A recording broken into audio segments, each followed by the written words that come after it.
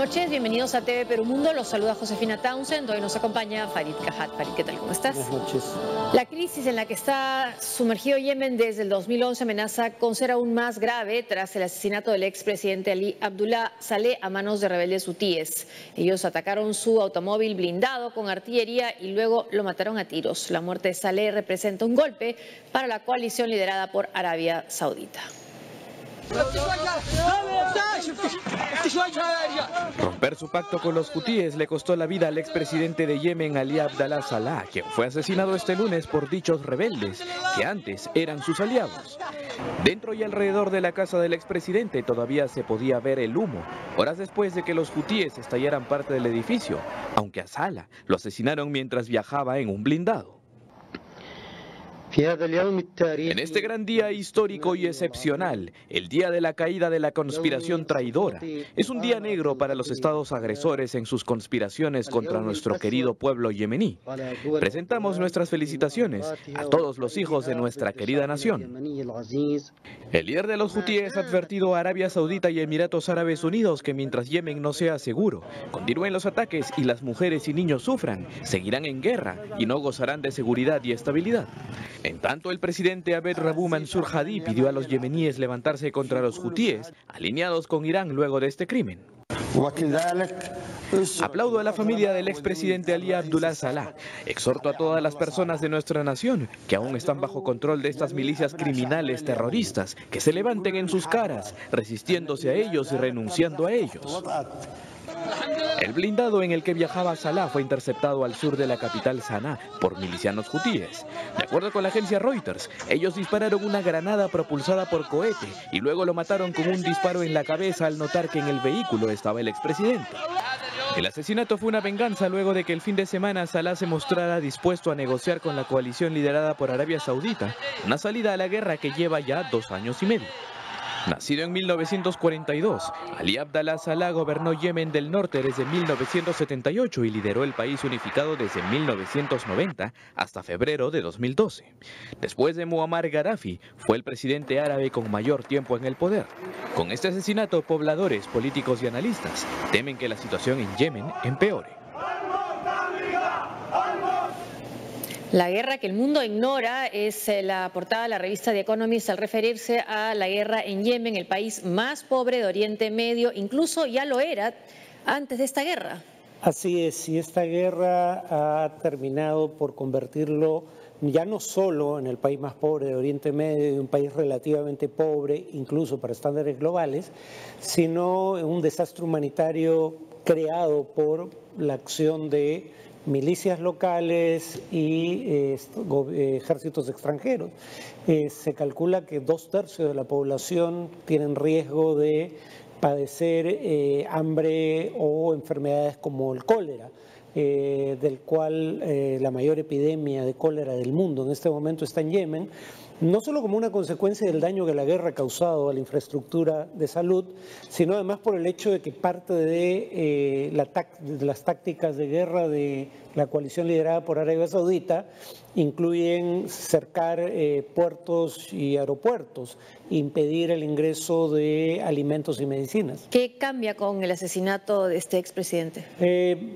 Bueno, lamentablemente esto empeora aún más la situación si cabe, ¿no? Porque, bueno, Saleh es un tipo que, digamos, él fue presidente durante los 22 años de existencia de Yemen como Estado unificado y fue presidente 12 años antes de Yemen del Norte. Entonces, en buena medida el que sea un país tan pobre en parte es responsabilidad suya. Pero en todo caso él estaba dispuesto ahora a negociar con Arabia Saudita pensando en su propio poder, digamos, familiar, no pensando en el bien del país necesariamente, pero en todo caso una negociación que parece ser la única salida en una guerra que no parece tener solución propiamente militar. Los frentes están estancados hace ya más de un año. Ahora, un país tan pobre, ¿por qué resulta tan importante y el centro de un enfrentamiento de potencias? Eso por un tema de una ruta marítima. Sí, pero también por la paranoia, para ser honesto, de la monarquía saudí bajo el nuevo príncipe heredero, que es el rey de facto de ese país, que, digamos, ve influencia iraní por contener en cuanto suceso fatídico ocurre en Medio Oriente. Y no digo que Irán no apoye a los hutíes, pero veámoslo en contexto. Arabia Saudita y sus aliados controlan el espacio aéreo, las vías marítimas y los accesos terrestres, porque Yemen tiene frontera terrestre únicamente con Arabia Saudita y con Omán. Claro, no tiene frontera con Irán. Entonces, tampoco es que haya, digamos, canales obvios por los cuales Irán puede enviar una gran cantidad de armamento como alega Arabia Saudita. La gran cantidad de armamento en despliegue en esta guerra es la que le venden a Arabia Saudita y a Emiratos Árabes Unidos, Estados Unidos y Gran Bretaña, respectivamente. De Yemen pasamos a nuestra región. Pese a que el Poder Electoral de Honduras no ha proclamado los resultados finales de la elección presidencial, el mandatario y candidato Juan Orlando Hernández llamó a sus rivales políticos a trabajar por el país al considerar su victoria en las últimas elecciones luego de concluir un escrutinio especial de 1.006 actas inconsistentes. Según los informes oficiales del Tribunal Supremo Electoral, Hernández se impuso con el 42,98% contra el 41,39% Salvador Nasralla, candidato de la alianza de oposición. Luego de una semana de protestas que obligaron a las autoridades a decretar un toque de queda, Nasralla ha insistido en no reconocer el conteo del Poder Electoral y ha pedido una reunión con el Consejo Permanente de la OEA ante lo que considera como un fraude electoral. Al respecto, la misión de observadores de la OEA presentó esta tarde su último reporte en el que han condenado los actos violentos y las muertes producidas en estos 8 días de espera por los resultados finales de las elecciones.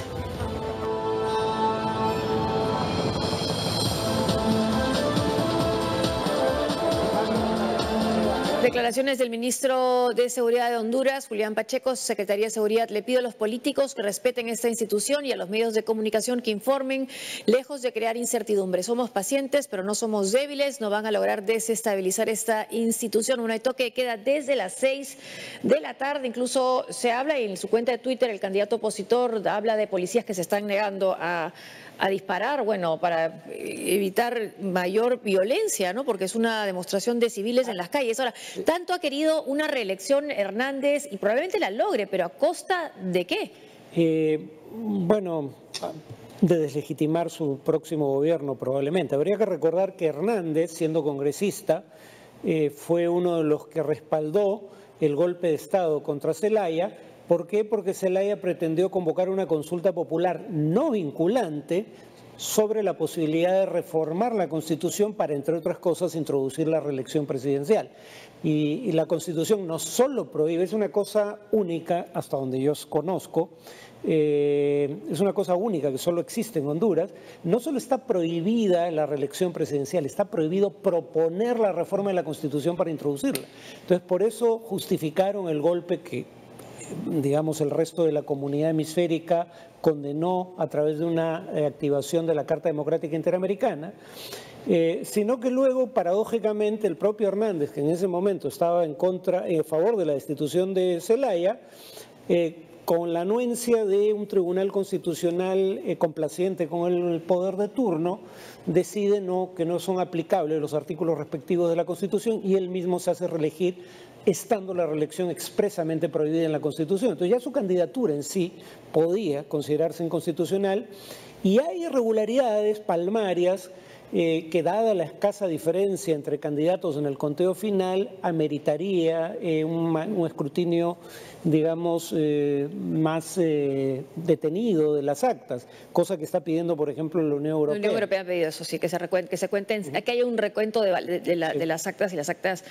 cuestionadas. El próximo 15 de diciembre el gobierno y un sector de la oposición venezolana continuarán con los diálogos para lograr un acuerdo definitivo que atienda la crisis económica y social. La ronda de negociaciones que transcurrió entre el último viernes y sábado en Santo Domingo fue acompañada por los representantes del gobierno de Danilo Medina, Chile, México, Bolivia, Nicaragua, San Vicente de las Granadinas, quienes destacaron que se avanzó a profundidad sobre los 6 puntos discutidos, aunque no se concretó un pacto. Nosotros no hemos venido a negociar y a construir el futuro en nombre de los venezolanos. Lo que hemos venido es a lograr las condiciones para que en los próximos meses cada venezolano pueda elegir a través del voto el futuro, el cambio, la dirección, el camino que le quiera dar a nuestro país que hoy vive una profunda crisis. A pesar de lo difícil, porque no es fácil, debo decir que estamos tan cerca de un acuerdo que ya nos volvimos a convocar para el próximo día 15 de diciembre, donde buscaremos sentar las bases del acuerdo político, económico, social, cultural definitivo.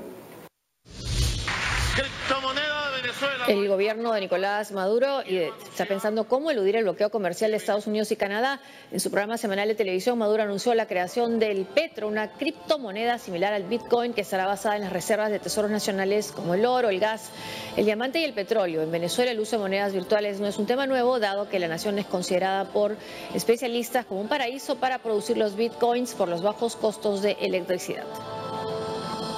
Y quiero anunciar que Venezuela va a implementar un nuevo sistema de criptomoneda a partir de las reservas petroleras. Venezuela va a crear una criptomoneda, el Petromoneda, el Petro, para avanzar en materia de soberanía monetaria, para hacer sus transacciones financieras, para vencer el bloqueo financiero. Y es que el tema económico ahora es el principal para Nicolás Maduro, ¿no? Nuevamente volviendo a The Economist, dicen que el gobierno ha podido aplastar a la oposición, pero que lidiar con los acreedores va a ser más difícil. Sí, de hecho una de las cosas que le da algún poder de negociación a la oposición en este momento, en que está tan debilitada y dividida además, es el hecho de que Venezuela, el gobierno venezolano, quiero decir, parece asumir que un acuerdo con la oposición sobre los términos de la elección presidencial del próximo año permitiría levantar las sanciones de Estados Unidos, que no son comerciales, son sanciones que buscan evitar el financiamiento de la deuda o la refinanciación de la deuda pública exterior del gobierno venezolano.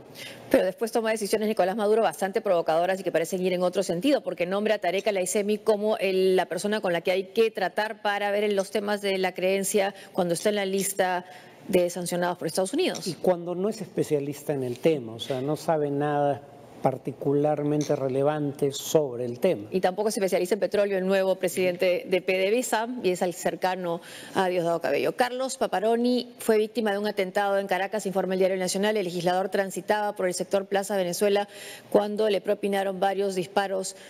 Bueno, sí, varios disparos en su camioneta. Esta es la foto que tiene con múltiples daños a este automóvil del diputado de la Asamblea Nacional, Carlos Paparoni. Tendremos más información. Y vinculado a Venezuela, hoy la Corte Suprema de los Estados Unidos ha dado, aceptado el visto bueno a el veto migratorio de Trump. Uno de los países incluidos es Venezuela. Pero en realidad es para que no pareciera un poco lo que dicen, no pareciera un veto musulmán, ¿no? Bueno, y además en el caso de Venezuela no es para la población en general, es para la élite gobernante, en lo esencial que se pensó incluir a Venezuela en esta lista. Pero claro, la lista no parece hacer esa distinción en el decreto. Y está también Corea del Norte, que no hay turistas norcoreanos en Estados Unidos, solamente miembros, representantes ante Naciones Unidas, y Chad, que según he leído, que también se ha incluido en este veto, han habido 200 personas de Chad que han ido en el 2015 a Estados Unidos, no creo que esté dirigido tampoco a ellos, o sea que los objetivos son fundamentalmente otros países, ¿no? Sí, como Siria, y claro, nuevamente al incluir a Corea del Norte y Venezuela, la imagen de que este era un veto, digamos, religioso, un nombre propio, un veto religioso, pierde fuerza. Pero refleja que la Corte Suprema de Estados Unidos es una Corte Suprema ahora con mayoría conservadora. Había un empate de a 4 cuando muere el juez Scalia, que era un juez sumamente conservador y fue reemplazado por un juez tan conservador como él. Se ha vuelto a romper el empate, ahora hay una mayoría conservadora en la Corte Suprema. Tras minimizar el fin de semana la confesión de Michael Flynn, el presidente, su ex asesor de seguridad, el presidente Donald Trump, volvió a negar haber pedido al FBI que detuviese la investigación contra su antiguo asesor. Y este lunes dijo que se siente muy mal por la situación de Flynn. Para Donald Trump, su ex asesor de seguridad nacional, Michael Flynn, está recibiendo un trato injusto en medio de las investigaciones por la injerencia rusa en la campaña electoral estadounidense de 2016. Me siento mal por el general Flynn, me siento muy mal. Ha llevado una vida muy dura y me siento muy mal, John. Diré esto. Hillary Clinton mintió muchas veces al FBI, pero no le pasó nada. Flynn mintió y le destruyeron su vida. Creo que es una pena. Sin embargo, el caso de Clinton al que hace referencia Trump se cerró con la conclusión del FBI de que la ex candidata presidencial demócrata no mintió, pero sí fue extremadamente descuidada al manejar información clasificada. Este fin de semana, el presidente Trump negó una vez más haber pedido al exdirector del FBI, James Comey, detener la investigación contra su primer asesor de seguridad nacional. El republicano ha señalado que eso solo lo dicen los medios que difunden noticias falsas. Por otro lado, el Kremlin aseguró esta mañana que el presidente ruso Vladimir Putin no actuó sobre las sanciones estadounidenses el año pasado por influencia del ex asesor Flynn. El portavoz Dmitry Peskov enfatizó en que las decisiones que toma Putin son personales y no responder a las últimas penalidades aplicadas por la administración Obama es algo que no está vinculado a ninguna solicitud o recomendación. Lo que comentábamos fuera, viendo la nota, se le está acercando la investigación a Trump, o sea, está llegando, ¿es lo más cerca que ha llegado a la Casa Blanca hasta ahora con Flynn? Sí, pero además el propio Trump se habría autoincriminado porque, a ver, el ex director del FBI, Comey, declaró ante el Congreso que Donald Trump le pidió detener la investigación contra Flynn. Y luego, este sábado, Trump emite un tuit, su forma de comunicación preferida con el mundo exterior, un tuit en el que decía: tuve que despedir a Flynn porque mintió, ahí está, al vicepresidente y al FBI. Hasta ahora, él decía que Flynn había mentido al vicepresidente. Públicamente era la única información que se conocía. Sí. Ahora admite que sabía que también había mentido al FBI. Si tú después de despedir a alguien por mentir al FBI, le pides al FBI que no investigue a esa persona, eso es un caso de obstrucción de justicia. Pero ahora está diciendo que el presidente no puede obstruir la justicia. Bueno, dos cosas han tenido que decir. Primero, es tan obviamente un tuit autoincriminatorio que primero tuvieron que decir que no lo había emitido Trump, que su cuenta de Twitter, que siempre se vanaglorió de administrar personalmente, que en esta ocasión el tuit habría sido emitido por su abogado. ¿En qué cabeza cabe que el abogado sea el que maneje la cuenta de Twitter del presidente? Se supone que eso lo haría gente de comunicaciones, ¿no? Pero bueno. Pero segundo, casi como admitiendo culpa, el abogado dice: y de cualquier manera, esto no es un caso de obstrucción de la justicia, porque el presidente no puede materialmente cometer ese delito, cosa que es discutible, dicho sea de paso. Una pausa y al volver. Seúl y Washington llevan a cabo ejercicios aéreos a gran escala tras el último desafío de Pyongyang.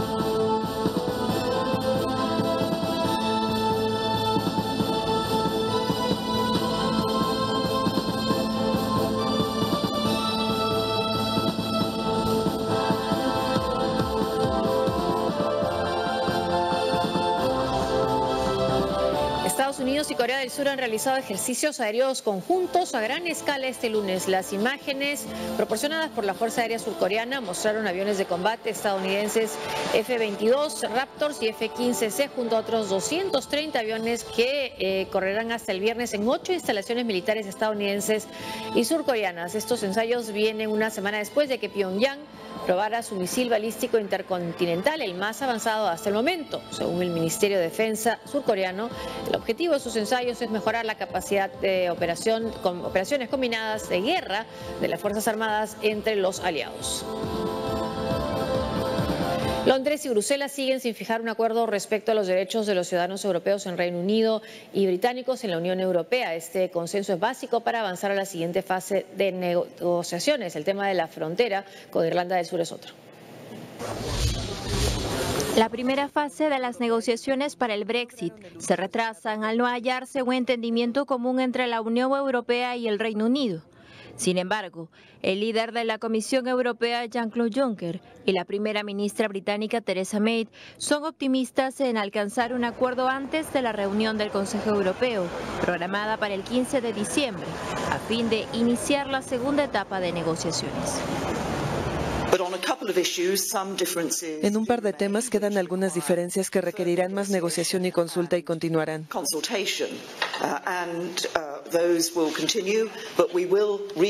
Pero nos reuniremos de nuevo antes del final de la semana y también confío en que concluiremos esto positivamente. Este lunes se cumplió la fecha plazo para obtener avances en dos ámbitos: el pago financiero de derechos de los más de 3 millones de ciudadanos de la Unión Europea que viven en suelo británico y garantizar la situación de la frontera irlandesa tras la ruptura con el bloque europeo. Dublín, que cuenta con el respaldo de la Unión Europea, busca garantías para que Londres se comprometa a mantener las regulaciones comerciales en Irlanda del Norte, igual que la Unión Europea, evitando una frontera dura que interrumpa la paz en la isla. El Brexit, o la salida de la Unión Europea, que se concretará en marzo del 2019, fue activado oficialmente el pasado 29 de marzo, tras un referendo popular celebrado en junio del 2016. La justicia belga comunicará el próximo 14 de diciembre su decisión sobre la extradición del líder independentista catalán Carles Puigdemont y sus ex consejeros que permanecen en Bruselas. El futuro político del expresidente de Cataluña, Carles Puigdemont, y 4 de sus ex consejeros se decidirá el 14 de diciembre próximo, cuando la justicia belga determine si son extraditados o no, atendiendo el pedido del gobierno español. El anuncio fue realizado por 3 de los 19 abogados que forman el equipo de defensa de los políticos catalanes, al término de una audiencia que se celebró en la Cámara del Consejo de Bruselas, en la que la Fiscalía apoyó el pedido de entrega de los independentistas a Madrid. Consideramos que los hechos que se le reprochan al gobierno catalán no son punibles en Bélgica, primer punto. Y segundo, que si son extraditados a Cataluña y España, correrían el riesgo de violación de derechos fundamentales. Mientras tanto, el Tribunal Supremo Español ratificó que tanto el ex vicepresidente catalán, Oriol Junqueras, y otros 3 líderes independentistas continúen en prisión sin fianza, no por el riesgo de fuga, sino por la figura de reiteración delictiva. A otros 6 detenidos desde el pasado 2 de noviembre se les concedió la libertad bajo fianza de 100.000 euros. La decisión de la justicia se da en vísperas del inicio de la campaña electoral, con miras a las elecciones autonómicas en Cataluña del 21 de diciembre, anunciadas por Mariano Rajoy. La Metropolitan Opera de Nueva York ha suspendido su vínculo laboral con su director emérito James Levine, un aclamado pianista y director de orquesta con actividad desde los años 60. Las razones: abuso sexual denunciado por al menos 3 hombres. Las agresiones habrían ocurrido en las décadas del 60 a 1980, cuando sus víctimas eran aún adolescentes. El director general del Met, Peter Gelb, señaló: aunque seguimos esperando los resultados de la investigación, en base a estas informaciones el Met decide actuar. Es una tragedia para aquellos cuyas vidas se vieron afectadas. Desde 1971, Levine fue el todopoderoso director musical de la Metropolitan Opera House, uno de los teatros de ópera más importantes del mundo. Dejó su cargo en 2016 y se convirtió en director emérito debido a sus problemas de salud, que incluyen la enfermedad de Parkinson.